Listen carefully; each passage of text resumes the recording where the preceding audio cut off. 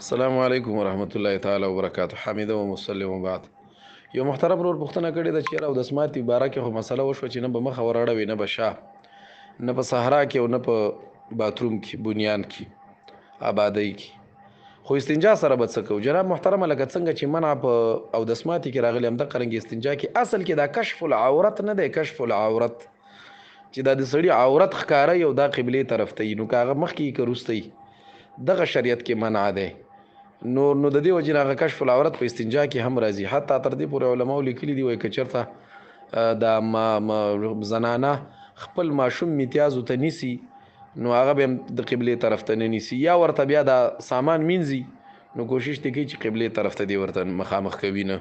نو اصل کې مسله د کشف العورت ده چې عورت دې کاشف وي ښکاره وي، نو دغه طرف کې به دغه وخت کې به قبلې طرف ته دا نه کوي، ځکه دا سوء ادب دی. بله مې د ګروپ ټولو ملګرو نه دا درخواست دی چې نن د جمعې شپه ده، ټول کوشش وکړئ په رسول الله صلی الله علیه وسلم ډېر زیات درودونه ووایي. السلام علیکم ورحمت الله وبرکاته.